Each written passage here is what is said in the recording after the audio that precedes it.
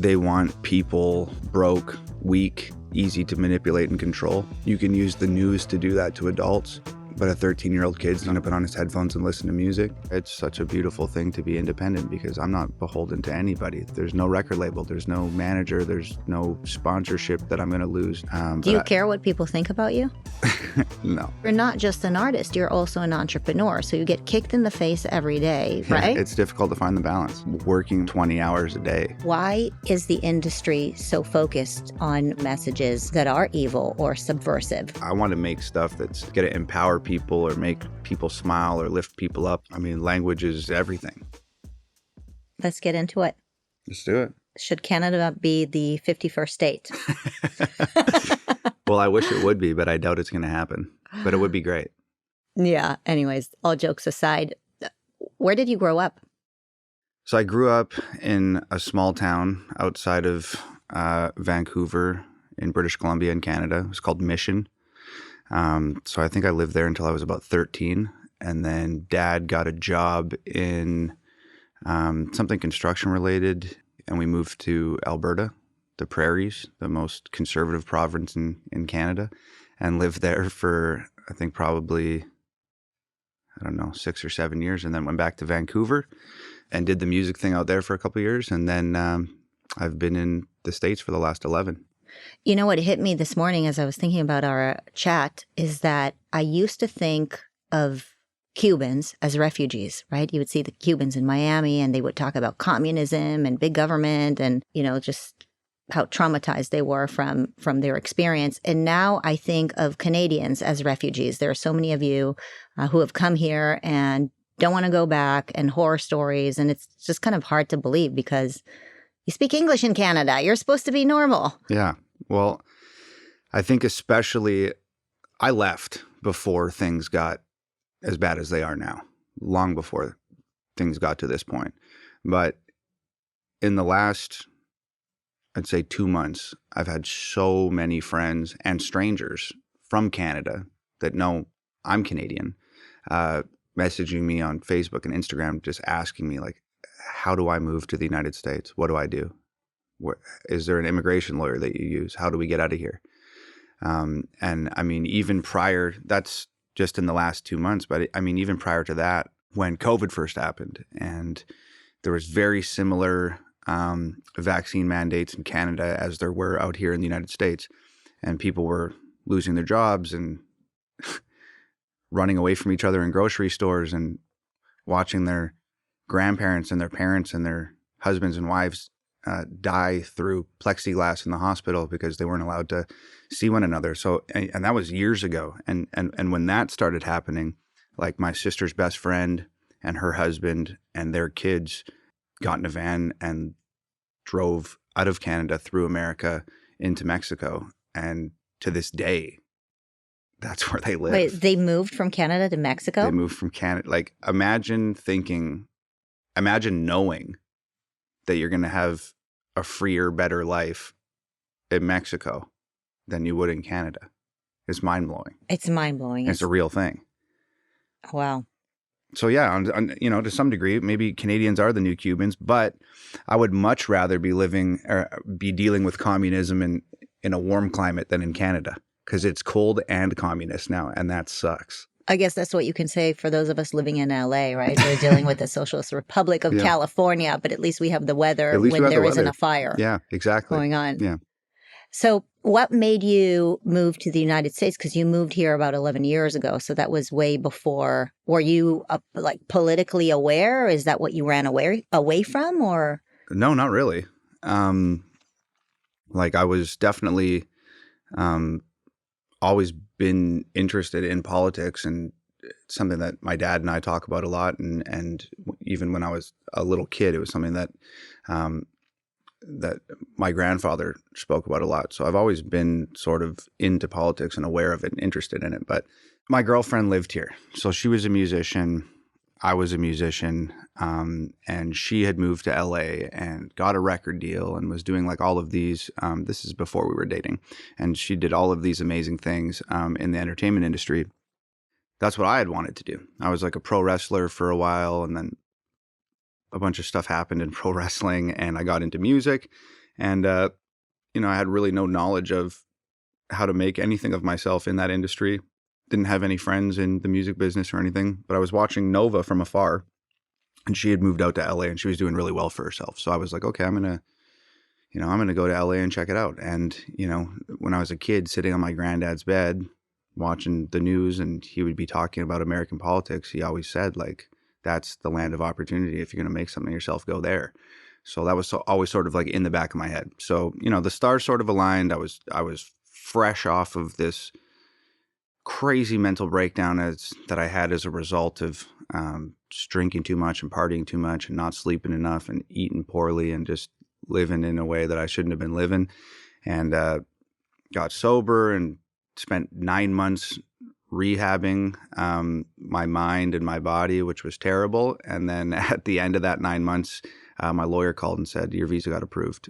And literally, like, maybe less than a week later, I was on a plane to America with my granddad's wallet in my back pocket. And my dad gave me $800 and said, you got one job in America, and that's to live up to your potential. And the American dream's alive and well if you work for it. And that was like 10 years ago. It's amazing timing. So right after you recovered, you got your opportunity to come to the United States around the same time? Literally, like, within 4 days of me remembering who I am, and I hadn't made music for 9 months. I hadn't seen friends for 9 months. I hadn't done really much of anything besides lay on my mom's couch and research anxiety and depression and psychosis, and did a lot of reading. And it got to a point where there was other sort of factors involved, but I had this sort of epiphany one day where I sort of remembered who I was before that whole ordeal. And I got a grasp on Tom again for the first time in almost a year. And then literally like 3 days later, my lawyer called and said, it's approved. You can head to the States whenever you want. And booked a flight and went. Do you have a sense of what led Tom to go down that path to begin with? I mean, just being young and stupid is part of it. But also, like, I was a musician at that time, and the genre that I'm in is hip hop. And I think there's a lot of like immaturity and low moral standard that exists like in hip hop. So I was emulating my music after people that I looked up to and that I thought were impressive in the rap world. And I don't know, thoughts become words, words become actions. So you start rapping about that stuff, and you're watching these guys on TV, and there's a lot of clever branding that goes into these celebrities, and the things that they're rapping about aren't necessarily the ways that they're living. But as a consumer of that, you don't always know that. You might assume that, they're living the way about and doing the things that they're rapping about. So after rapping about it, I started living in a similar way. And when you're drinking and partying all the time and having the time of your life, like, it's pretty hard to stop having the best day ever every day. And then all of a sudden one day you're like, oh wait, I'm screwing everything up right now. I didn't realize it. So, that's just the kind of the way it was, man. Sometimes it doesn't matter. Like, I think my parents did all the right things along the way. Like, when I was like listening to Eminem for the first time and blaring it in my room, and my parents could hear the lyrics to those songs, like, my dad made a point of pulling me aside and saying, like, hey, like, this guy's like mega talented. Like, I understand like why you like what you're listening to, but like the stuff that he's saying about his mom and the way that he's talking about women and the things that he's talking about relating to drugs and alcohol and stuff, that stuff's not cool, right? Like, so everybody did everything right around me. But sometimes it's just like not enough. I'm really stubborn and pretty hard-headed, and It didn't really matter who tried to steer me where. I was going to go where I wanted to go. And unfortunately, the place that I wanted to go at that time led me down a real dark path. And I just, every day, I just thank God that was given the opportunity to pull a U-turn and get out of there, Well, it definitely sounds like God had a hand on you. When did you get the tattoos? Were you, like, your first tattoo? When? Oh man, I hate when people ask about my first tattoo because it's terrible. Let's go. It's this one down my forearm here. It says passion. Because I was wrestling at the time. I was like a pro wrestler, and it was like my life. Like, I worked out, tanned, trained every single day, like was in a wrestling ring 350 days out of the year. Like, I was obsessed with it. And everybody was like, oh, you're so passionate. You're so passionate about pro wrestling. And that's sort of like what defined me at that time. How old were you? I started training when I was like 16. So it was like really unheard of, but I trained for a month and then had my first match, which is just absurd. But I was really into it. So got the passion tattoo. And then I think this is a pretty drastic jump, but after I got the passion tattoo, one of the entities that had invested in and had part ownership of this place that I wrestled for, it was a bunch of wild dudes that rode motorcycles and had crazy tattoos. And I lived with them for a while, and I was hanging out with them every day, and they had crazy tattoos, and I wanted crazy tattoos. And then sort of secondarily, I was like, I can't see myself sitting behind a desk. I can't see myself working like a regular job. I'm going to be like a pro wrestler, and I'm going to do the WWF thing and da-da-da-da-da. So I got these tattoos on my eyelids. It's like dollar signs. Yeah, dollar signs. A, because I wanted tattoos like the people around me, and B, I wanted to like put up a roadblock where it was like, after I got this, I can't go work at a bank now. Like, they're never going to hire me. So I had no choice but to do the wrestling thing at the time, which turned into doing the music thing. So I was kind of just like roadblocking myself from having like a regular job. So how old were you when you got the Like eyelid tattoos? like Minor? 16 or 17. Do you regret it? No. You don't regret getting them? No. Would you do it again if you were 16? If my eyelids weren't done right now, I'd do it tomorrow. You would. Yeah. It's kind of part of who you are. Yeah. Yeah. I mean, I kind of associate them with you too. It's like, Yeah. you're the rapper with the creative eyelids. Yeah. So yeah, I'd do it all again for sure. You talked about the power of words, which I think is actually quite profound. And the fact that you realize it is so important, because so many of us allow our kids in our society to listen to really evil things on a regular basis and be okay with it, and being numb to the exposure to these evil words, thinking that because it's just words, it doesn't really matter and it's not going to penetrate or cause any damage. But as an artist who works with words, I'm curious, how do you think about words and language and the power of words and the ability to fix or destroy our society through them? It's a responsibility for sure, which is sort of why I've chosen to make the music that I'm making currently, because I was listening to the words of other people that weren't necessarily being genuine about what they were saying, and it had a very negative, detrimental effect on my life. So at this point, it's just kind of like, I'm 36 years old. I'm well aware of what the demographic of my music is. There's parents that come to my shows with 3 little kids. So I don't have any desire to make music that could have a negative effect on a kid or a teenager or an adult, the same way that the music that I was listening to had a negative effect on me. Like, I want to make stuff that's going to empower people or make people smile or lift people up or inform people about, or encourage people to have discussions and conversations about things that they might not typically have conversations and discussions about. Like, so that's kind of like where I'm at with it. I mean, language is everything. And whether you think that those words penetrate or not, like, they do. There's things that people said to me when I was 6 years old that I still remember for some reason, and some of them are insignificant.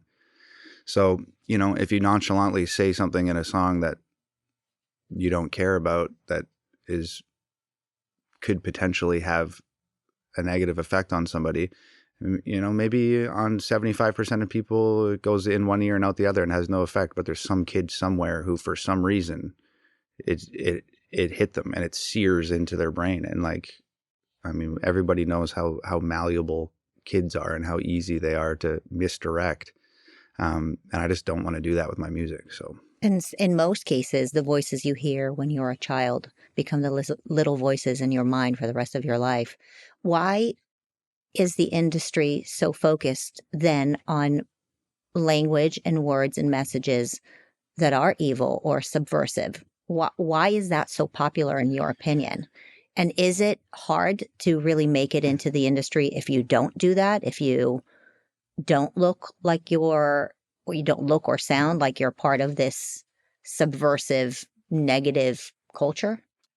the best answer to that is I never really tried to be part of the industry.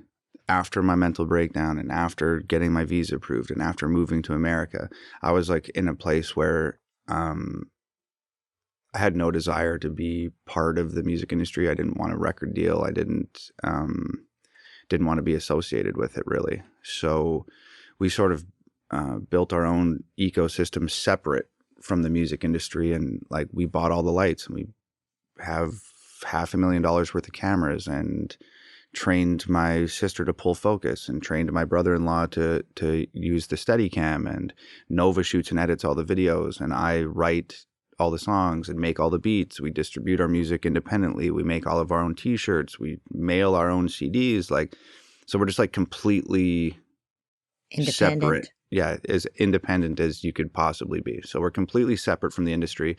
And like, you guys should talk to Nova sometime. She's been in the music industry. She was signed to Island Def Jam, which is one of the biggest hip hop record labels in the world. And like the horror stories she has of the way they treated her and what they did with her music and who they wanted her to be. And so, and my aunt is an actress, and between her and my dad, my entire life, they've told me never sign anything. Do not sign anything. So by the time I was in a position where people wanted me to sign things, I was already sort of like off and running on my own and didn't have any interest in it. As for sort of the dominant subject matter of the music these days is money, cars, girls, clothes, parties, drugs, guns, etc. I think overall,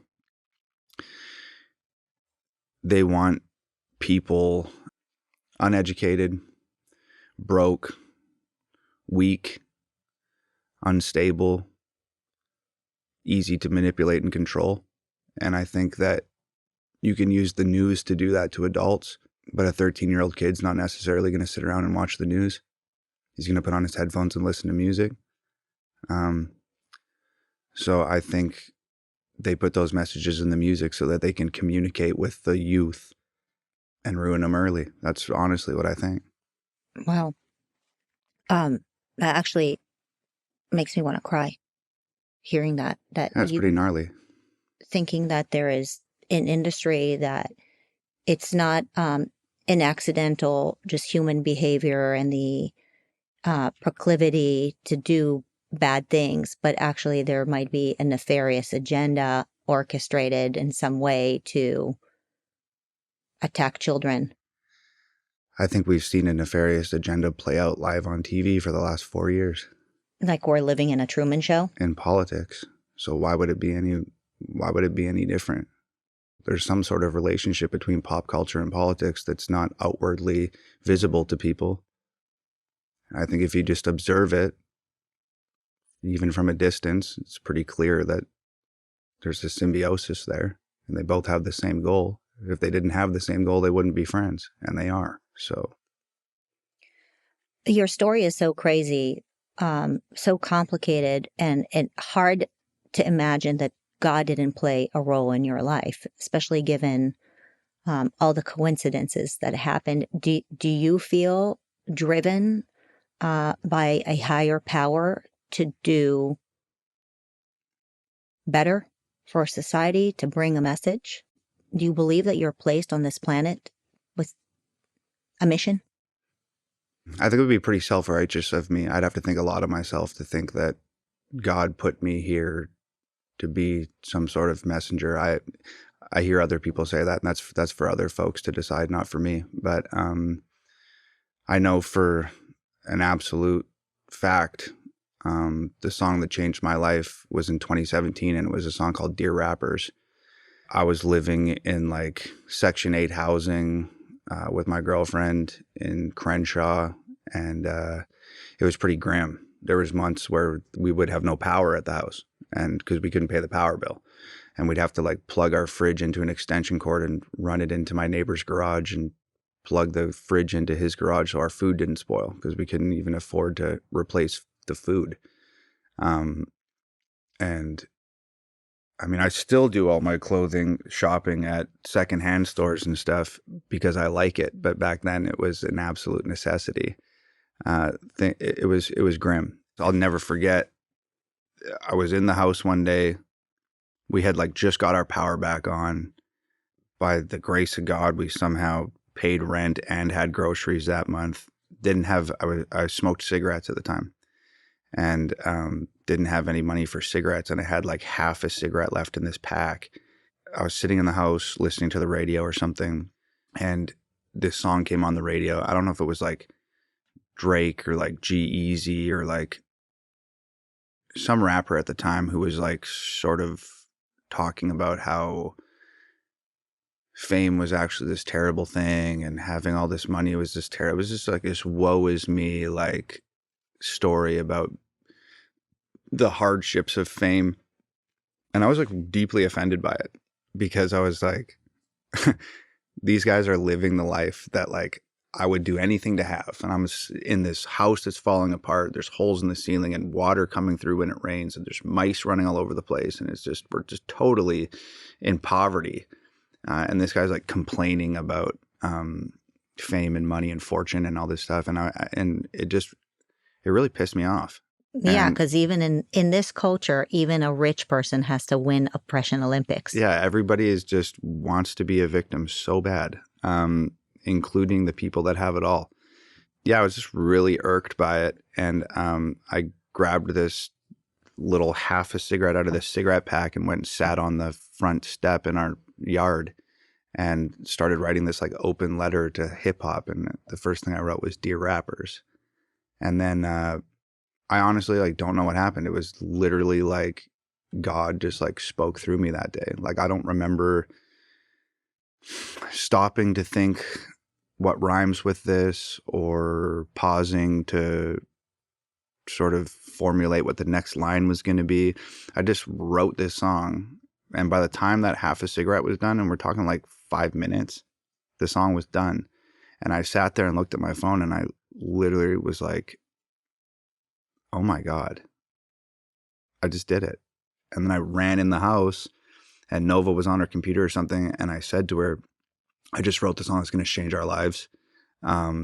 Grab the camera, like, let's shoot a video. And she's like, don't you need to like record the song? And I was like, I'm going to record it right now. Like while I'm recording it, just like pull down the backdrop. We had this little $20 light from Amazon that she put a little piece of red plastic over. So it was like a red light.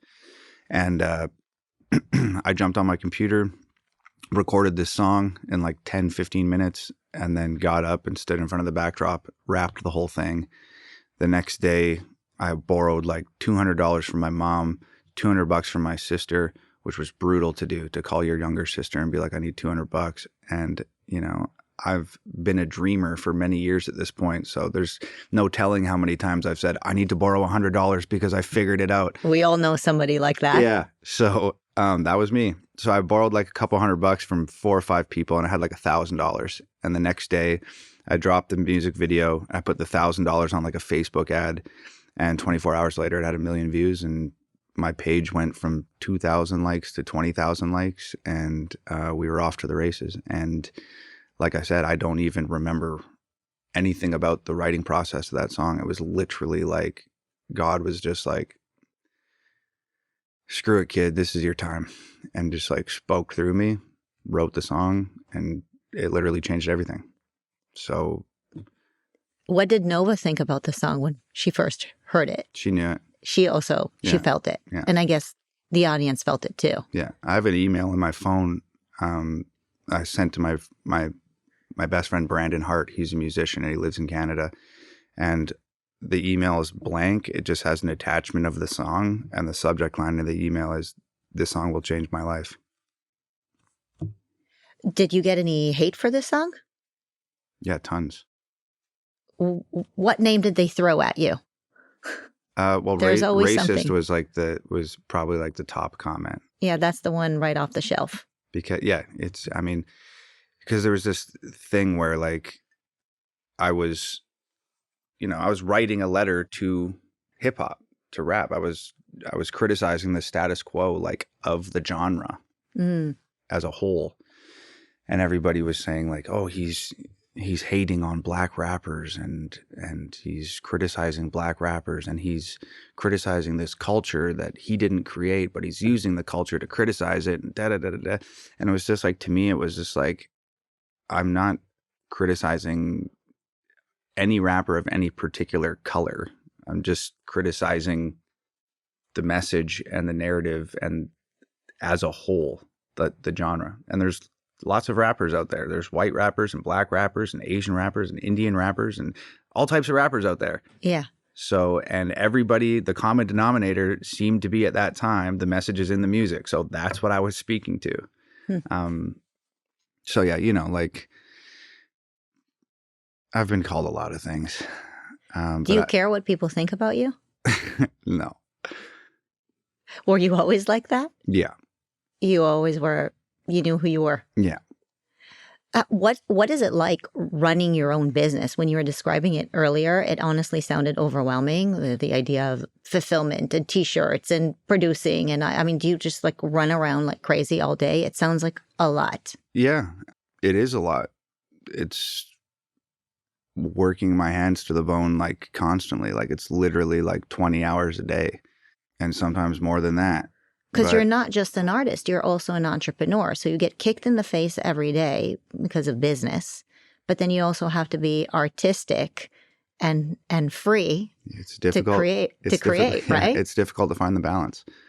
My dad always told me like there's, even when I was wrestling or playing basketball or whatever, like there's always going to be a better wrestler than you. There's always going to be somebody that runs faster. There's always going to be somebody that is a better basketball player. But like where you can beat these people is just having ridiculous work ethic.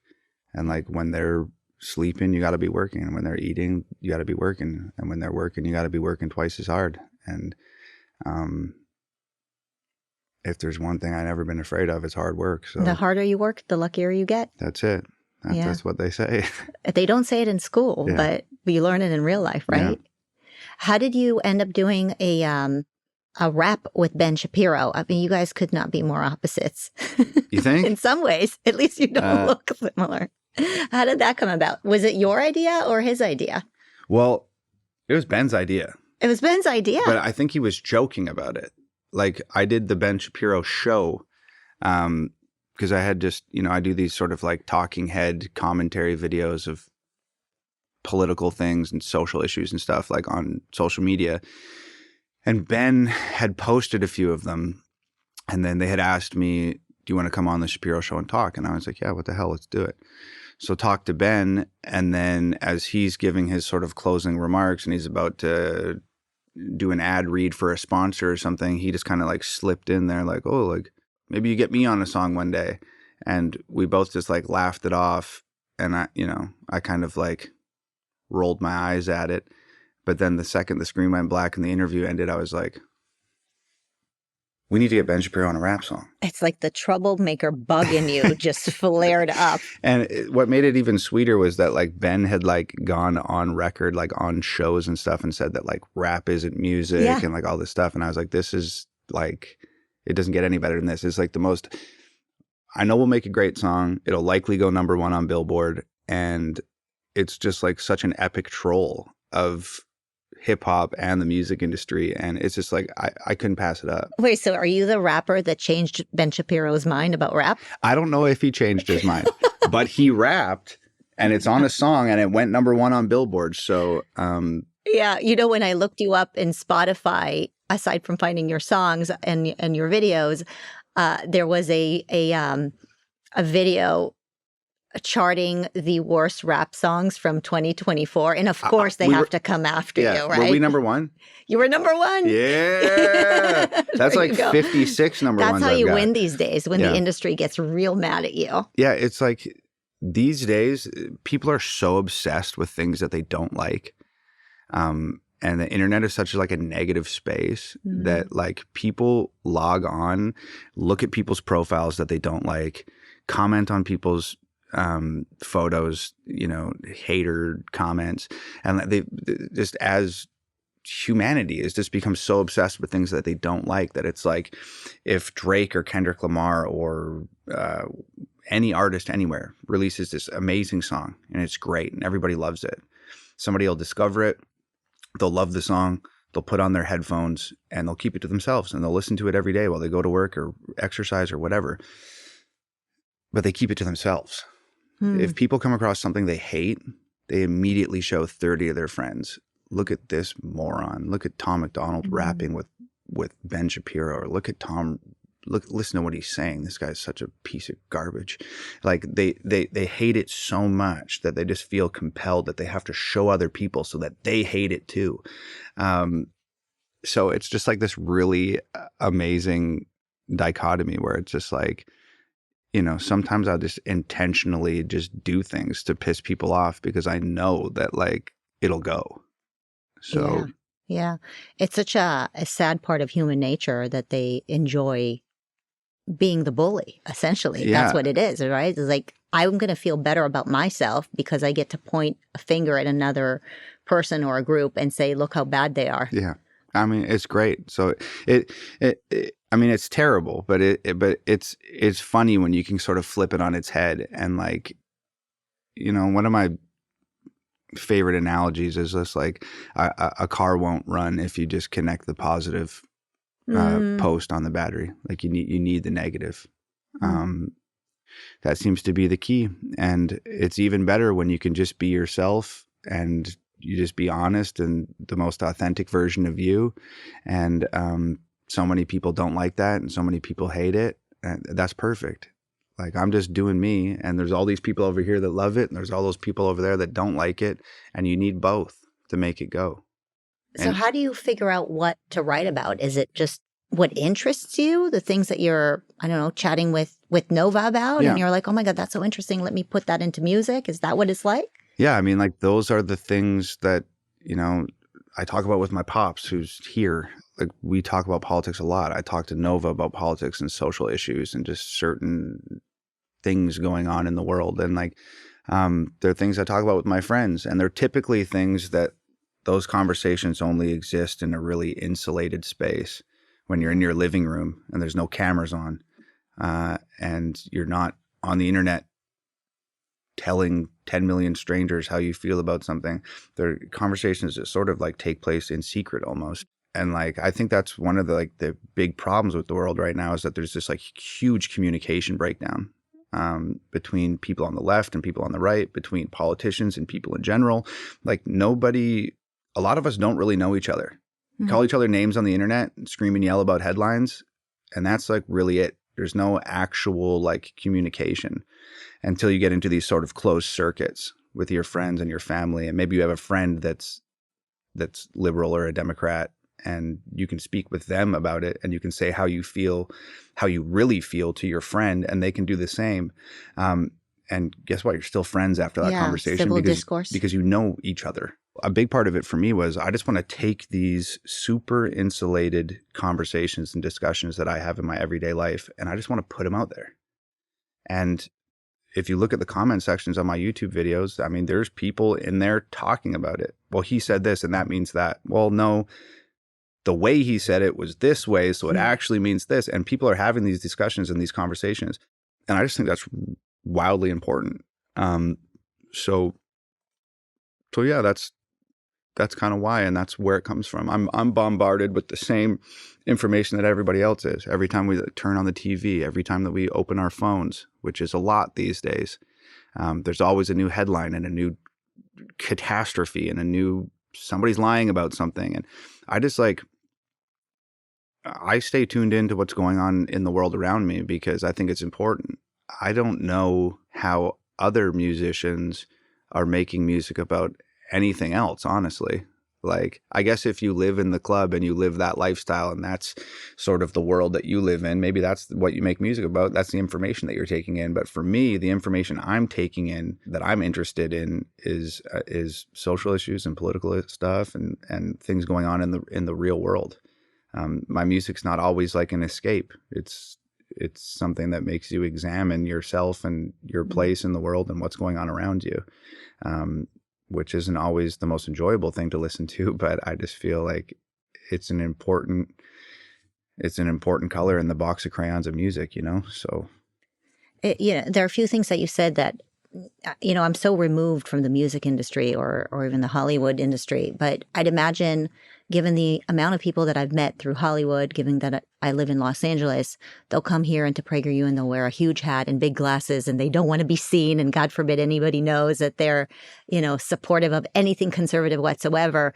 And so for some of them, they are having these conversations that you're describing, but when they go and make art, it's almost like they're a different person. They're not the same person publicly as they are privately, and they admit it. And I say you're living in a diamond cage, and in some ways, it's like communism, right? Where in communist countries, you will think certain things that you're not even allowed to say to your own family members, because if anybody finds out that you are in the wrong thing, you're completely excommunicated and possibly even dead. And maybe it's not as extreme in Hollywood, but it's certainly not that far off, where you're living two different lives. Sure. And so you get to freely speak. You're not in a diamond cage. You are kind of, you built your own wings. Yeah, I think, a lot of those people are just protecting the bag, just protecting the money and protecting themselves. And, I mean, I'd have a hard time sleeping at night doing that. Do you think the culture is changing now? Is America 2025 different from America 2024 when it comes to that space, the culture? I think we're pretty early in 2025 to tell, but I think there's definitely like wheels in motion that things keep going the way that they're going right now, potentially. I think America's been woke washed over the last 4 years especially. And I think that it's become a really ingrained part of life for a lot of people. So I don't think that that's ever really going to go away. But for the last 4 years, there's things that I couldn't say on the internet. I couldn't say in my songs. I couldn't say on Instagram. I couldn't say on TikTok. I couldn't say on X, formerly Twitter or Facebook or whatever. And you've already seen these platforms start to loosen their grip a bit. So I think we were sort of overwhelmed by the wokeism in society for the last 4 years. I don't think it's going extinct. I don't think it's going to go away. But I think that it's going to, the ship's going to right itself a little bit. And people like you have been pushing back, right? I mean, I remember when we started PragerU 13 years ago, I was just a social pariah.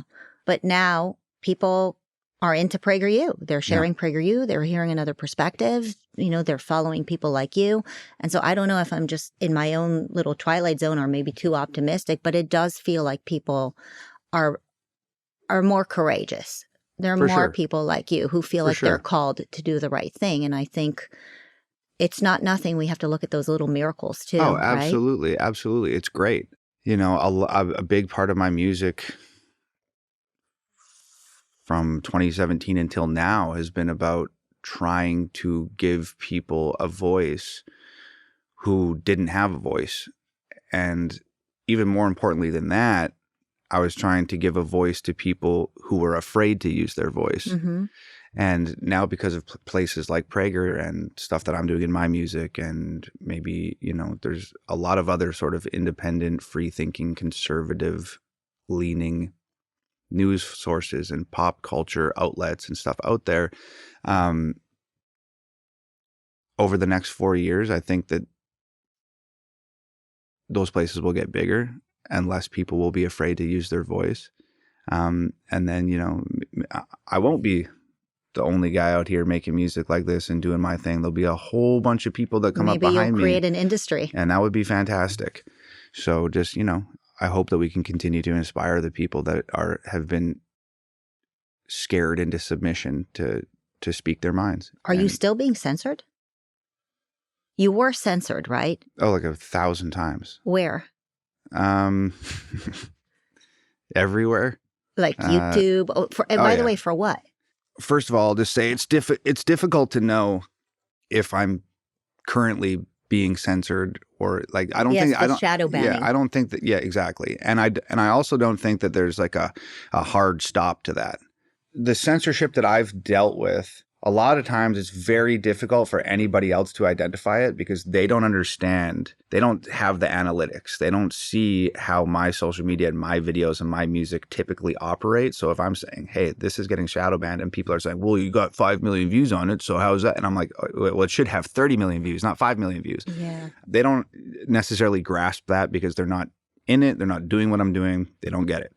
But, am I currently right this moment being censored?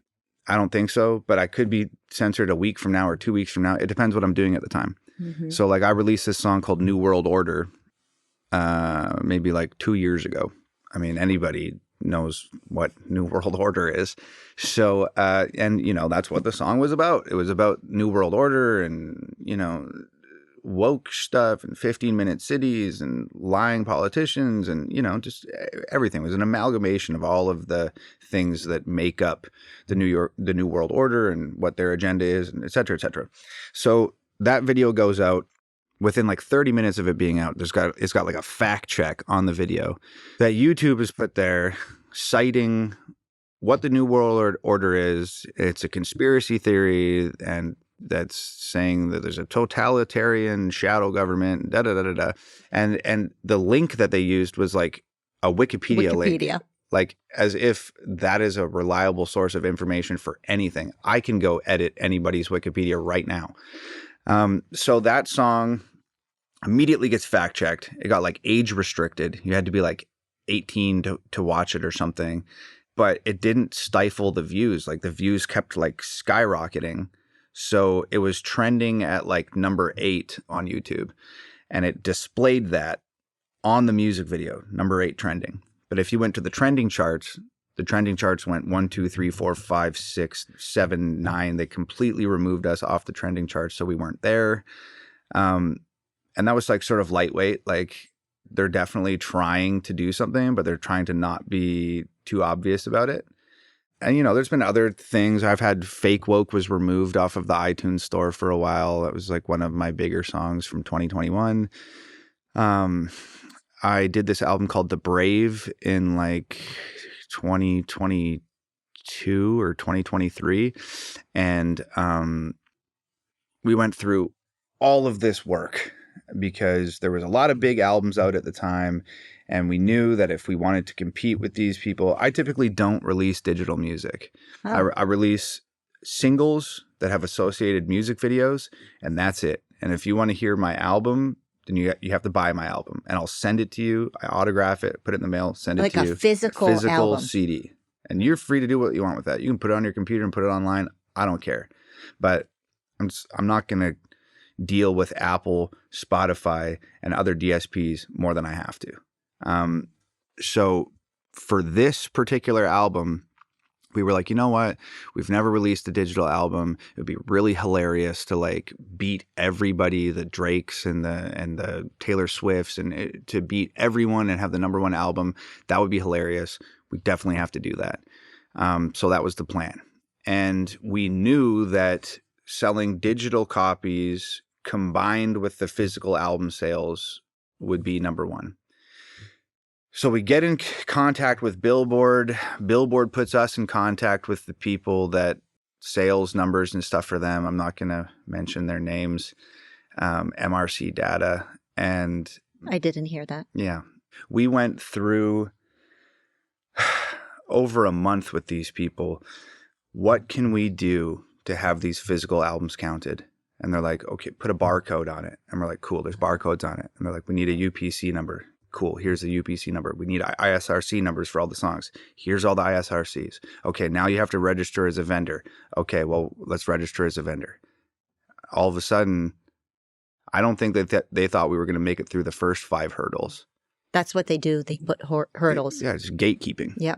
So we have to register as a vendor to submit the UPC codes and the barcodes to MRC, who will then report it to Billboard. And we go through a month with these people. They are vetting us, essentially. They ask us for all of these different pieces of information and fill out this paperwork and that form and email this person and talk to her and da-da-da-da-da. This goes on for weeks and weeks and weeks. And I mean, we are like on top of it. If they send an email and say, we need this, we're like on it, have it to you in 15 minutes, send it back. And then we don't hear from them for 2 days. And then they come back with something else they need. So they're just like, this is delay of game. And they know the release date's coming up, and they know that the number collection period is daunting. And so they're burning time. So it like gets to this point where I just say to them, you know what? This is like extremely dangerous for me, but I will give you a username and a password for my store. You can sign into the back end of my e-commerce and you can verify all the information yourselves, which is super dangerous for me. Yeah. Because, I mean, there's a lot of money going through there, all my personal information, all the transaction records of everything. The control of everything you built. Exactly. They could go in essentially and click 2 buttons and my store's gone and I'm screwed. But I'm just at a point where it's like I have a chip on my shoulder and I'm wildly against everything that the music industry stands for. And I want to beat them, and I want to do it on a big stage, and I want to do it publicly in front of millions of people. And like, that's what I'm going to do. So I'm willing to give you this username and this password, and they wouldn't accept it. So it's like, I'm giving you the keys to the castle here. Because they don't care about the truth. Exactly. So they don't allow us to report our physical album copies. All we are able to do at that point is submit our digital copies. We did like 50,000 physicals in 2 days. And like 25,000 digitals. So like combined, we're looking at almost 80,000 units, which is miles beyond what anybody else is doing. So we just were able to submit our digital sales. We ended up losing the #1 spot to Encanto, which is a Disney movie. And they were Encanto? Yeah, my kids listen to that. Okay, yeah. Yes. Well, make them stop. I will. Because I'll let them know. They grew out of it. Yeah, and Disney on Billboard is labeled as an independent musician, an independent artist. So Disney's worth the entirety of Disney against you. Yeah, they're worth like $9 billion or something, and that's an independent. So the game is rigged. Yeah, we tried to play by their rules. They wouldn't allow us to. So to me, that's a form of censorship. I've had my TikTok deleted. I've had my Facebook threatened to be taken down. I've had all sorts of bizarre things happen where YouTube puts automatic captions on your music videos, and they prioritize videos that don't use bad language and that talk about acceptable subject matter and stuff like that. So like for a long time, like I was like self-censoring. Instead of saying the F word or something else that I wanted to say, I would rewrite it and not use those words. And then YouTube would populate the lyrics on my videos, and there's stuff in the lyrics that are F-bombs and SH this and things that I'm not even saying in the music, and it's stamped on the video in lyric form that was completely incorrect. They just did it to Roseanne. Really? The rap you did with her? Yeah, Roseanne, there's a section of the song where she says facts, facts, facts, facts, facts, facts, facts. And that was labeled as fags. And then there was a line where she said, "This granny's going bad." And in the song on YouTube and every other platform, the lyrics were "the Spanish going back." So then all of these What? headlines pop up and it's like Roseanne uses homophobic slurs and tells illegal immigrants to go back to their country and da-da-da-da-da, and none of which was said in the song.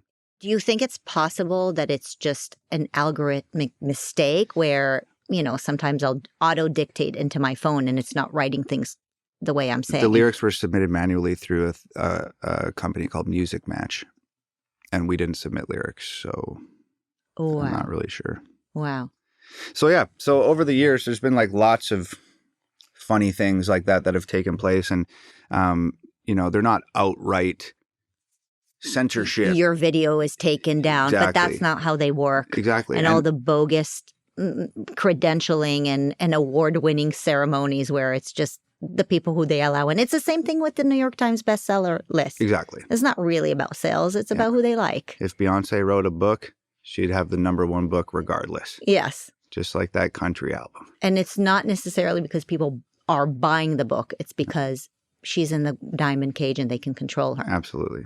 Yeah. Which is the greatest part about, when you say that people show up here in big glasses and hats to hide their face because they don't want people to see them coming into Prager. It's like, these people at this stage of their career are totally beholden to the wishes of the record labels and the wishes of the production company and the wishes of whoever else is making money off of you. Yeah. Which is why it's such a beautiful thing to be independent, because I'm not beholden to anybody. There's no record label, there's no manager, there's no sponsorship that I'm going to lose. There's nothing. It's just me and my girlfriend. And you could try to cancel us if you want, but I have an internet connection and I own all the gear. So what is the most courageous thing you have done that had the biggest impact on your life? Because you've had a few of those. Most courageous thing that I've done. That's really difficult for me to answer, because people ask me all the time, like even my friends, are like, "I can't believe you just like packed up your bags and left and went and lived in like the ghetto and just took all these crazy risks." And I've just never really looked at it like that. I've never really looked at anything that I've been doing as particularly brave or courageous. It was just like. And when you look back, it was just part of your journey. Yeah, I'm just like, I had a thing that I wanted to do and a place that I wanted to go, and I just went. Like, we all have one life. Like, I don't know. There's people that I worked with in construction. I was a carpenter for a long time, and they're still swinging hammers, and it just wasn't for me. And if that's what you like, then that's great. Do it.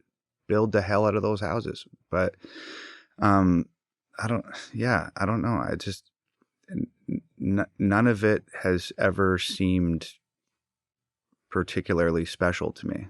I'm just like a guy that thinks and has things to say, and I was willing to go to the end of the earth to make it happen. And I don't know what I'd be doing if I wasn't doing this. So yeah, Do you feel like you have a lot of meaning in your life where in the past you didn't?